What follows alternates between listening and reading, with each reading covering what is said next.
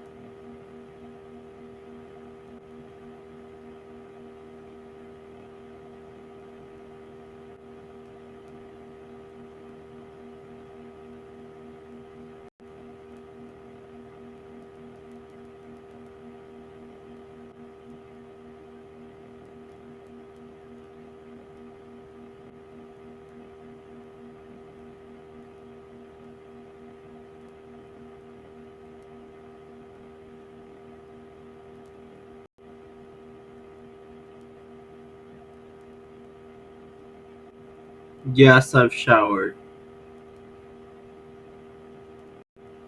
No Akbar.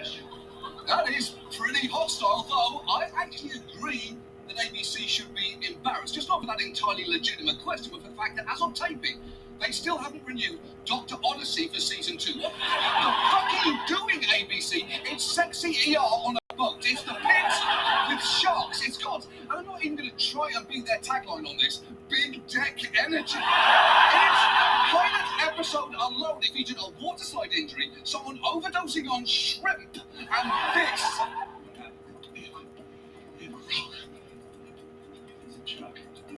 What broke was Harrington?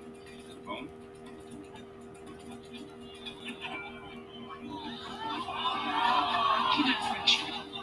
Are you not entertained?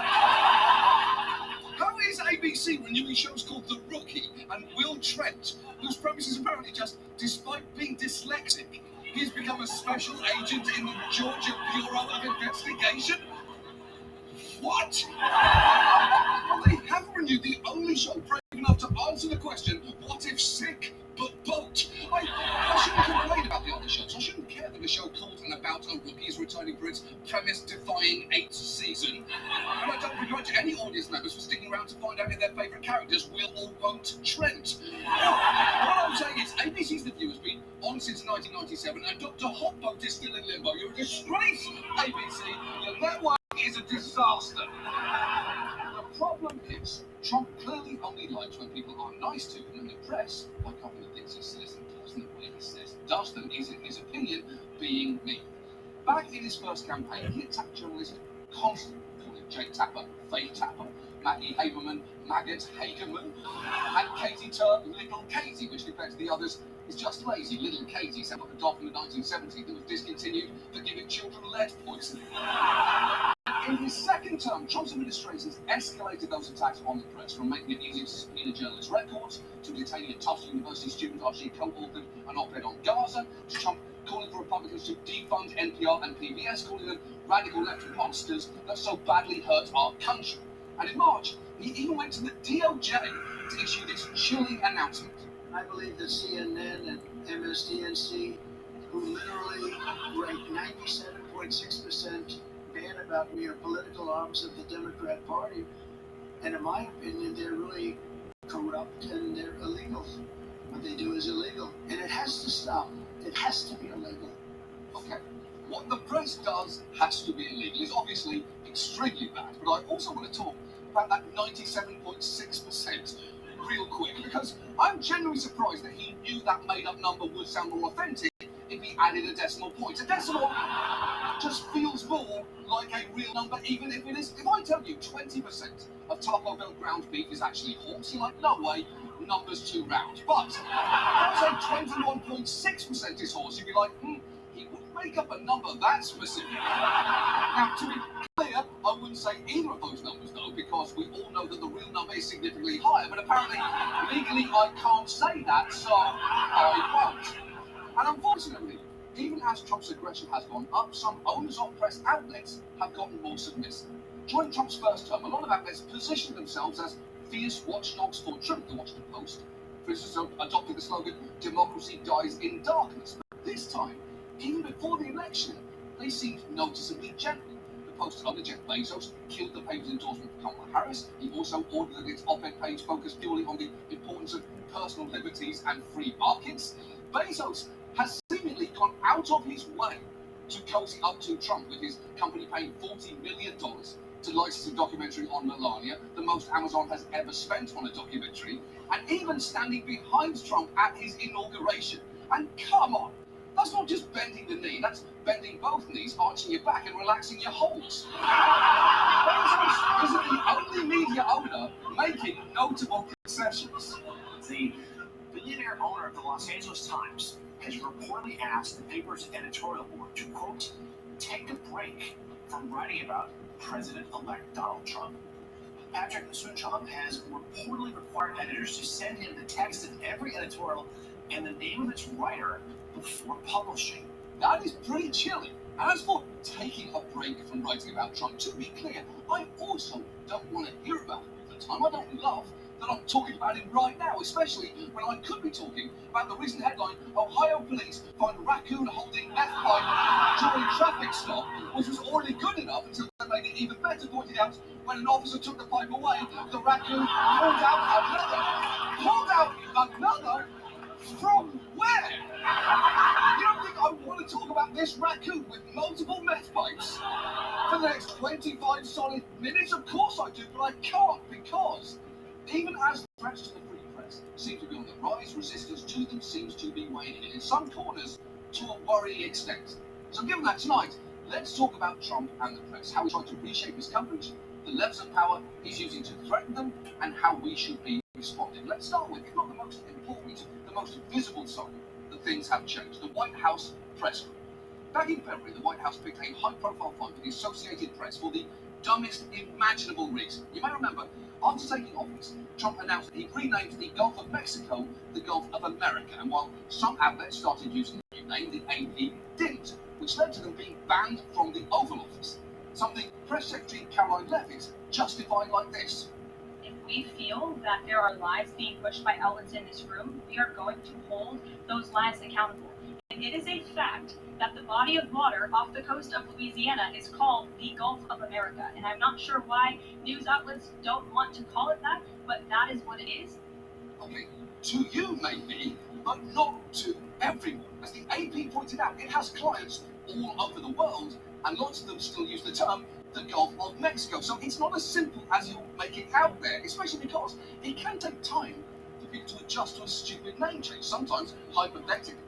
Before we can even get used to one dumb name, some genius comes along and only makes it dumber, then somehow it gets dumber still, and then against all the odds, somehow it becomes even worse before inexplicably going back to the stupid thing it was before. Incidentally, only this week, my parent company apparently said they cannot wait for my hot take on this whole rebrand, believing that whatever I say about this change was going to be pretty hot. So please look me in the eyes when I say this. Fuck you, don't tell me what to do. I'm not going to do it if you want it, unless, wait, hold on, maybe you thought baiting me like that would be a good way to stop me from doing it, but on the other hand, how could a company be that smart when they're the same people that came up with so many stupid fucking names? Now, after a legal battle, the White House began allowing the AP back into the Oval Office, and as you just saw with that ABC reporter, other traditional outlets are still allowed access to the president, primarily so that he can shit on them. But increasingly, he is managing to get the sycophantic questions he preferred. And even if you haven't noticed that, he definitely has. What has made you and your team so effective in finding, locating, apprehending, and reporting these violent illegal migrants? I love this guy. I wish more people would ask questions like that. Do you think it shows just how out of touch they are with the American people, especially given that 79%, according to a CBS poll, approved of your place? I love this guy. How come when these Democrat elites want tariffs, everything's hunky-dory, but when President Trump wants tariffs, all hell breaks loose? Do you see this double standard? I love this guy. Whoever the hell that is. That's really nice. I appreciate that question. That is pretty humiliating, and not just because I love this guy, whoever the hell that is. It's almost definitely how Donald Trump opened a toast at Eric's wedding. But it's not a coincidence that Trump's been getting more flattering questions because the White House has increasingly let far-right news outlets and influencers into press events. A recent review of briefings found that 4 of the 5 reporters Leavitt called on most were from right-wing outlets.